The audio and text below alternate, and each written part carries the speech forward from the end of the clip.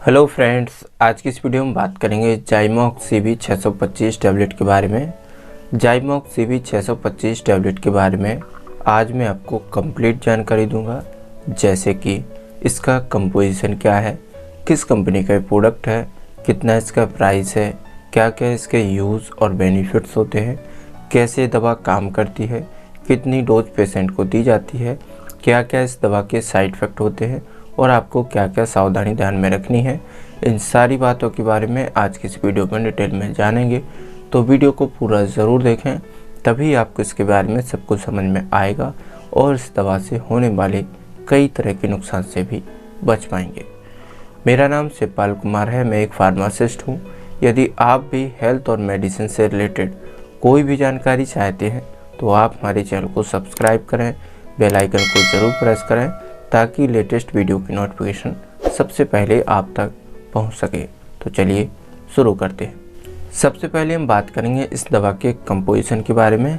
तो इसमें amoxicillin 500 milligram और क्लेवलानिक एसिड 125 मिलीग्राम की स्ट्रेंथ में प्रेजेंट है। कंपनी के बारे में बात की जाए तो GPP कंपनी का ये प्रोडक्ट है, जो कि एक लेबोरेट फार्मास्यूटिकल कंपनी की ही डिवीज़न है। प्राइस के बारे में बात की जाए तो 10 टैबलेट का प्राइस 223 रुपये है। ये जेनेरिक प्रोडक्ट है, आपको MRP से कम दाम पर आसानी से किसी भी मेडिकल स्टोर पर मिल सकती है। अब हम बात करेंगे इसके यूजेस और बेनिफिट्स के बारे में।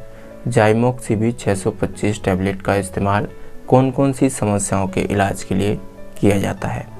तो जाइमोक्स CV 625 टैबलेट एक एंटीबायोटिक दवा है। इस दवा का इस्तेमाल बैक्टीरियल इन्फेक्शन के इलाज के लिए किया जाता है, जैसे कि नाक कान गले का इन्फेक्शन। अगर किसी व्यक्ति को नाक में किसी तरह का इन्फेक्शन हो जाता है, जैसे साइनस की समस्या हो जाती है, तो इस समस्या को दूर करने के लिए इस दवा का प्रयोग लिया जा सकता है। या किसी व्यक्ति को कान में कोई समस्या हो जाती है, कान में कोई इन्फेक्शन हो जाता है, कान पकने लगते हैं, कान से पस आने लगता है, तो ऐसी समस्या के इलाज के लिए भी इस दवा का प्रयोग लिया जा सकता है।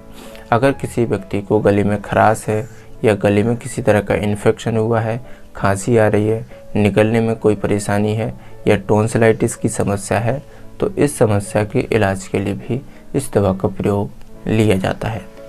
नेक्स्ट है रेस्पिरेटरी ट्रैक्ट इन्फेक्शन। अगर किसी व्यक्ति को श्वास नली से संबंधित कोई इन्फेक्शन होता है, जैसे कि निमोनिया का इन्फेक्शन हुआ है या ब्रोंकाइटिस का इन्फेक्शन हुआ है या फेफड़ों से रिलेटेड और कोई अन्य इन्फेक्शन हुआ है, तो इस समस्या के इलाज के लिए भी इस दवा का प्रयोग लिया जा सकता है। नेक्स्ट है अगर किसी व्यक्ति को दांतों में किसी तरह का इन्फेक्शन हुआ है या मसूड़ों में किसी तरह का इन्फेक्शन हुआ है, तो इस समस्या के इलाज के लिए भी इस दवा का प्रयोग लिया जाता है।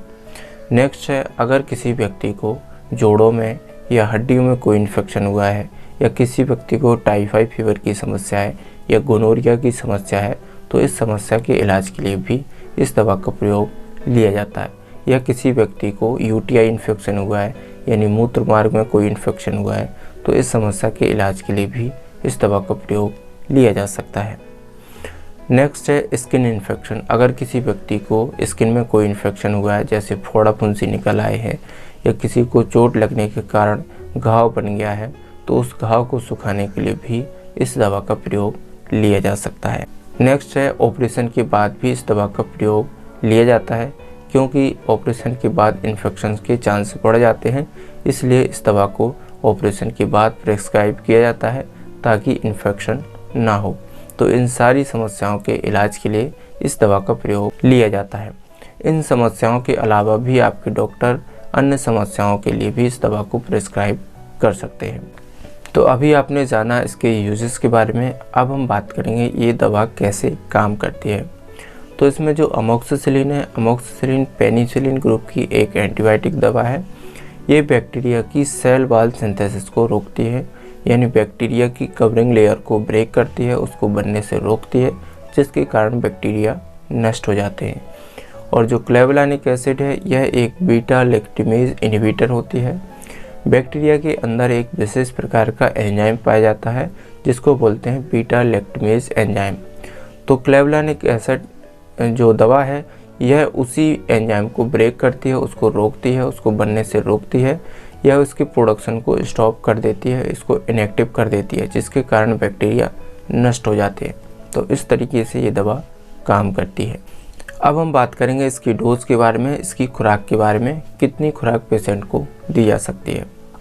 तो एक एडल्ट पर्सन के लिए सुबह शाम एक टैबलेट दी जाती है और ये खाना खाने के बाद दी जा सकती है, लेकिन पेशेंट की मेडिकल कंडीशन के आधार पर इसकी डोज कम या ज़्यादा भी हो सकती है।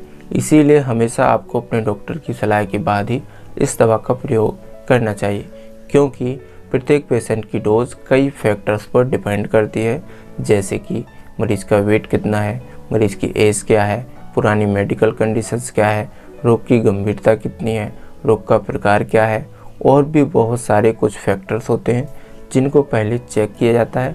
चेक करने के बाद पेशेंट को डोज दी जाती है। इसीलिए हमेशा आपको अपने डॉक्टर की सलाह के बाद ही इस दवा का प्रयोग करना चाहिए। अब हम जानेंगे इस दवा के साइड इफ़ेक्ट के बारे में। इस दवा को लेने के बाद क्या क्या साइड इफ़ेक्ट देखने को मिलते हैं। तो इस दवा को लेने के बाद कुछ कॉमन साइड इफ़ेक्ट देखने को मिल सकते हैं, जैसे कि मतली, उल्टी आना, दस्त लगना, पेट में ऐंठन होना, पेट में गैस बनना, सिर दर्द होना, चक्कर आना, स्किन पर एलर्जी होना, जैसे स्किन पर चकत्ते निकलना, या किसी व्यक्ति को न्यूरोटॉक्सिसिटी की समस्या होना। इस प्रकार के साइड इफ़ेक्ट इस दवा से देखने को मिल सकते हैं। अब हम जानेंगे इसकी सावधानी के बारे में। इस दवा का इस्तेमाल करने से पहले आपको क्या क्या सावधानियां ध्यान में रखनी चाहिए। तो सबसे पहले, अगर किसी व्यक्ति को इस दवा से एलर्जी होती है, या अमोक्सिसिलिन से, या क्लेवलानिक एसिड से, या पेनिसिलिन ग्रुप की जितनी भी एंटीबायोटिक्स दवाइयाँ होती हैं, इन दवाओं से एलर्जी होती है, तो आपको इस दवा का प्रयोग डॉक्टर की सलाह के बाद ही करना चाहिए। अपनी मर्जी से इस दवा का प्रयोग बिल्कुल भी नहीं करना चाहिए। नेक्स्ट है, गर्भवती महिलाओं के लिए और स्तनपान कराने वाली महिलाओं के लिए भी इस दवा का प्रयोग डॉक्टर की सलाह के बाद ही करना चाहिए। तो इन सब बातों को आपको ध्यान में ज़रूर रखना है। उम्मीद करता हूँ आपको इस वीडियो में सब कुछ समझ में आ गया होगा। अगर आपका कोई सवाल है या सुझाव है तो कमेंट में ज़रूर लिखें, और इसी तरह की हेल्थ और मेडिसिन से रिलेटेड जानकारी पाने के लिए हमारे चैनल को सब्सक्राइब ज़रूर करें और वीडियो को लाइक शेयर करना ना भूलें। धन्यवाद।